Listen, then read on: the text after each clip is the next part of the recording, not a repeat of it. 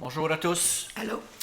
Bienvenue à la louange d'aujourd'hui. Je ne sais pas si vous écoutez le matin ou le soir, mais en tout cas, on va dire aujourd'hui. On est le 21 avril et on veut louer le Seigneur ensemble. Puis on va commencer par un petit pot pourri qu'on a monté ensemble. Pour les plus âgés, ça va lui dire quelque chose, ces chants-là. Peut-être pour les plus jeunes, un petit peu moins. Ça fait que... merci d'être avec nous et on regarde ça ensemble. On commence avec « C'est la puissance de Dieu ». Louons Dieu ensemble. Amen. C'est la puissance de Dieu qui me garde vivant, qui me garde vivant, qui me garde vivant. C'est la puissance de Dieu qui me garde vivant. C'est Jésus qui me garde vivant. Alléluia, Alléluia, Alléluia. Alléluia, Alléluia, à l'agneau. Alléluia, Alléluia, Alléluia. Alléluia, Alléluia, à l'agneau. Encore une fois. C'est la puissance de Dieu qui me garde vivant, qui me garde vivant, qui me garde vivant. C'est la puissance de Dieu qui me garde vivant. C'est Jésus qui me garde vivant.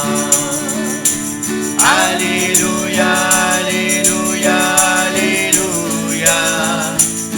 Alléluia, Alléluia, à l'agneau. Alléluia, Alléluia, Alléluia. Alléluia, Alléluia, à l'agneau. Nos armes de combat ne sont pas charnelles, elles sont puissantes, elles sont puissantes.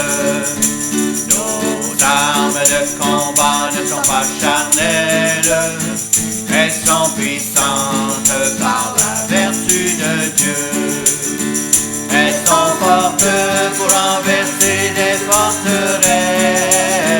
Elles sont puissantes, elles sont puissantes.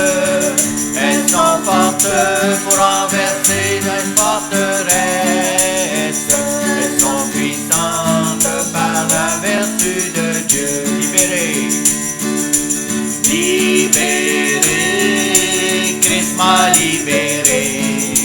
Libéré, oui j'ai la victoire.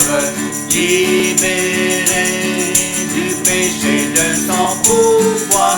Gloire à Dieu, Jésus m'a vraiment libéré. Libéré, Christ m'a libéré. Libéré, oui j'ai la victoire. Libéré du péché de son pouvoir. Gloire à Dieu, Jésus m'a vraiment libéré. Je suis heureux car Jésus m'a sauvé. Dans son amour, il m'a tout pardonné. Voilà pourquoi je me mets à chanter. Je suis heureux car Jésus m'a sauvé. Je suis heureux car Jésus m'a sauvé. Dans son amour, il m'a tout pardonné.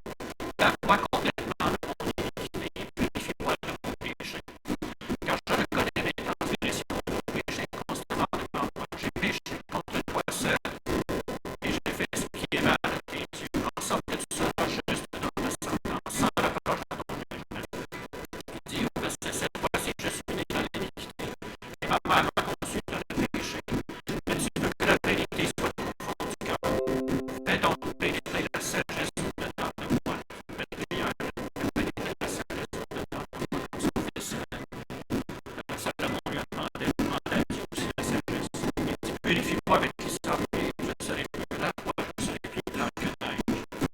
Annonce-moi l'allégresse et la joie. Et les eaux que tu as brisées se réjouiront. Détourne mon regard de mes péchés, efface toutes mes iniquités. C'est ce que Dieu fait. Dieu détourne ses regards de nos péchés, efface nos iniquités. Oh Dieu, crée en moi un cœur pur, renouvelle en moi un esprit bien disposé. Ne me rejette pas loin de ta face, ne me retire pas ton Esprit Saint. Rends-moi la joie de ton salut et qu'un esprit de bonne volonté me soutienne.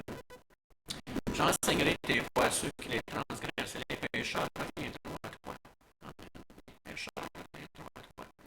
Mon Dieu, Dieu de mon salut, délivre-moi du sang versé et ma langue s'élèvera dans ta miséricorde. Seigneur, ouvre mes lèvres et ma bouche publiera ta louange.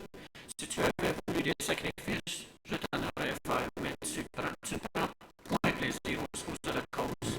Les sacrifices qui sont agréables à l'Éternel, c'est un esprit brisé. Ô Dieu, tu ne dédaignes pas un cœur brisé et contrit. Répands par ta grâce et bienfaits sur Sion. Bâtis les murs de Jérusalem. Alors tu agréeras les sacrifices de justice, les holocaustes et les victimes tout entières. Alors on offrira des taureaux sur ton autel. Et ce matin, on peut offrir à Dieu des sacrifices de louange. Un cœur contrit devant lui, un cœur bien disposé. Amen.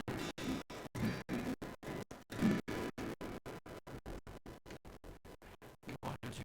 Souffle-nous. Merci Seigneur. Oh Dieu, envoie un souffle nouveau, comble ma vie, qui change mon cœur. Oh Dieu, envoie un souffle nouveau, qui comble ma vie, qui change mon cœur. Souffle nouveau.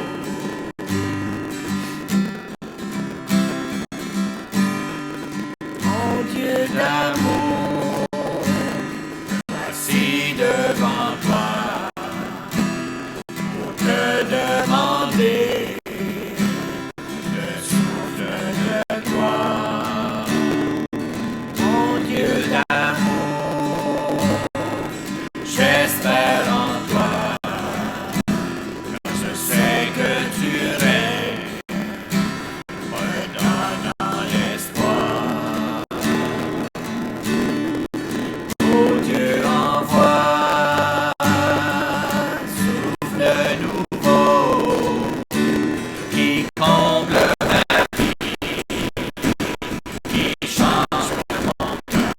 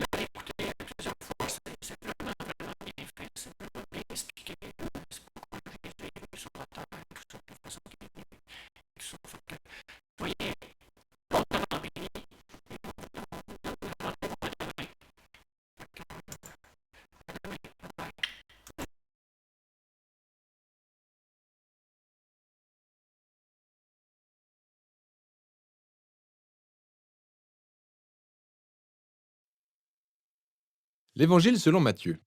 C'est l'un des récits officiels les plus anciens sur Jésus de Nazareth, sa vie, sa mort et sa résurrection.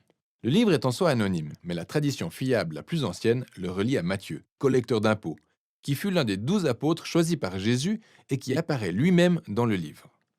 Pendant environ 30 à 40 ans, les apôtres ont enseigné et transmis oralement leurs témoignages au sujet de Jésus, ainsi que ses enseignements qu'ils avaient tous mémorisés. Et Matthieu a ensuite recueilli et structuré tous ces témoignages sous forme d'une magnifique tapisserie, avant de concevoir ce livre mettant en évidence certains thèmes concernant Jésus. Dans cette vidéo, nous allons aborder uniquement la première moitié du livre. Matthieu veut clairement démontrer que Jésus est la suite et l'accomplissement de toute l'histoire biblique sur Dieu et Israël. Que Jésus est le Messie de la lignée de David. Qu'il est une nouvelle figure d'autorité enseignante comme Moïse. Mais pas seulement. Jésus est Dieu avec nous, ou Emmanuel en hébreu. Dans sa conception du livre, Matthieu a opté pour une introduction et une conclusion. Et ces deux parties encadrent les 5 sections centrales qui se terminent chacune par un bloc de l'enseignement de Jésus. Cette conception est tout à fait intentionnelle et géniale. Regardez comment ça fonctionne. Les chapitres 1 à 3 plantent le décor en reliant l'histoire de Jésus à celle des textes de l'Ancien Testament. Donc Matthieu commence par présenter la généalogie de Jésus en démontrant qu'il descend de la lignée messianique du fils de David et qu'il est l'un des fils d'Abraham. Ce qui signifie qu'il va apporter la bénédiction de Dieu à toutes les nations. Nous découvrons ensuite la célèbre histoire de la naissance de Jésus et comment les événements accomplissent les promesses prophétiques de l'Ancien Testament. Prophéties qui disent que les nations viendraient honorer le Messie, que le Messie naîtrait à Bethléem et bien plus encore. La conception de Jésus par le Saint-Esprit qu'on appelle Emmanuel. Ensemble, ces informations nous montrent que Jésus n'est pas un être humain ordinaire. Il est Dieu avec nous. Dieu devient humain. Vous pouvez donc identifier 2 des thèmes principaux de Matthieu dans l'introduction. Il provient de la lignée de David et il est Emmanuel. Mais Matthieu veut également montrer que Jésus est un nouveau Moïse. Alors, tout comme Moïse, Jésus a quitté l'Égypte, est passé par les eaux du baptême et est resté dans le désert pendant 40 jours. Ensuite, Jésus a gravi une montagne pour donner son nouvel enseignement. Donc tout au long de l'histoire, Matthieu soutient que Jésus est la personne promise bien meilleure que Moïse. Il va libérer Israël de l'esclavage. Il va lui donner un nouvel enseignement divin. Il va le sauver de ses péchés et établir une nouvelle alliance entre Dieu et son peuple. Le parallèle entre Moïse et Jésus explique aussi pourquoi Matthieu a structuré le centre du livre de cette manière. Ces 5 parties principales présentent Jésus comme un enseignant. Et en fait, il a créé un parallèle. Jésus, l'enseignant en 5 points, reflète les 5 livres de Moïse. Jésus est la nouvelle figure d'autorité et l'enseignant de l'Alliance qui va accomplir l'histoire de la Torah. Dans la première section, des chapitres 4 à 7, Jésus entre en scène pour annoncer l'arrivée du royaume de Dieu. C'est une phase clé. Le royaume correspond essentiellement à l'opération de sauvetage de Dieu pour le monde entier, mise en place par le roi Jésus. Jésus est venu affronter le mal, notamment le mal spirituel, avec tout son héritage d'oppression démoniaque, de maladie et de mort. Jésus est venu restaurer le règne de Dieu dans le monde entier en créant une nouvelle famille de personnes qui va le suivre, obéir à ses enseignements et vivre sous son règne. Alors, après avoir commencé à guérir des gens et former un mouvement, une communauté, Jésus emmène ses disciples au sommet d'une montagne ou d'une colline et il livre son premier grand bloc d'enseignement, qu'on appelle couramment le Sermon sur la montagne. Jésus explique en quoi consiste le fait de le suivre et de vivre dans le royaume de Dieu. Il s'agit d'un royaume inversé où il n'y a aucun membre privilégié. Donc, les pauvres, les anonymes, les riches, les religieux sont tous invités et appelés à changer, à se repentir, à suivre Jésus et à rejoindre sa famille. Jésus précise qu'il n'est pas venu pour annuler les commandements de la Torah ou l'Ancien Testament, mais bien au contraire, il est là pour les accomplir tous par sa vie et ses enseignements. Il est venu pour transformer les cœurs de son peuple afin que chacun puisse réellement aimer Dieu et aimer son prochain, y compris ses ennemis. Après avoir terminé son grand enseignement sur le royaume, la section suivante montre Jésus démontrant la réalité du royaume dans le quotidien des gens. Matthieu regroupe ici 9 histoires sur Jésus usant de la puissance du royaume de Dieu dans la vie d'une catégorie de personnes blessées et brisées. Il y a 3 groupes de 3 histoires. Elles concernent toutes des personnes malades ou qui ont le corps meurtri ou qui sont en danger, et Jésus les guérit et les sauve par ses actes pleins de grâce et de puissance. Entre ces triades, nous découvrons deux histoires parallèles sur l'appel de Jésus incitant les gens à le suivre. Ce que Matthieu veut dire ici, c'est qu'il n'est possible de connaître la puissance de la grâce de Jésus qu'en le suivant et en devenant son disciple. Après que Matthieu ait montré la puissance du royaume à travers Jésus, ce dernier étend sa portée en envoyant les 12 disciples pour suivre sa mission. Ce qui nous conduit au deuxième grand bloc d'enseignement au chapitre 10. Jésus enseigne ici à ses disciples comment annoncer le royaume et à quoi s'attendre après l'avoir fait. En Israël, de nombreuses personnes acceptent Jésus et son message du royaume, mais pas les leaders d'Israël. Il y a beaucoup à perdre s'ils se repentent et deviennent disciples de Jésus. Et Jésus, qui en est conscient, sait qu'ils vont le rejeter et persécuter ses disciples. Et c'est exactement ce qui arrive. Dans la section suivante, des chapitres 11 à 13, Matthieu rassemble un groupe d'histoires au sujet de la réaction des gens vis-à-vis de Jésus et de son message. Les réactions sont très mitigées. Certaines sont positives, les gens aiment Jésus et pensent qu'il est le Messie. D'autres personnes sont plus neutres comme Jean-Baptiste ou même les membres de la propre famille de Jésus. Et il montre clairement que Jésus ne se présente pas comme il l'espérait. Puis il y a les leaders d'Israël entièrement négatifs. Il y a les pharisiens et les enseignants de la Bible qui rejettent tous Jésus. Ils pensent qu'il est un faux enseignant et qu'il égare le peuple. Ils pensent que les déclarations qu'il fait à son sujet sont exagérées et blasphématoires. Mais Jésus n'est pas surpris ou choqué par toutes ces différentes réactions. Au contraire, il y consacre le troisième bloc d'enseignement au chapitre 13.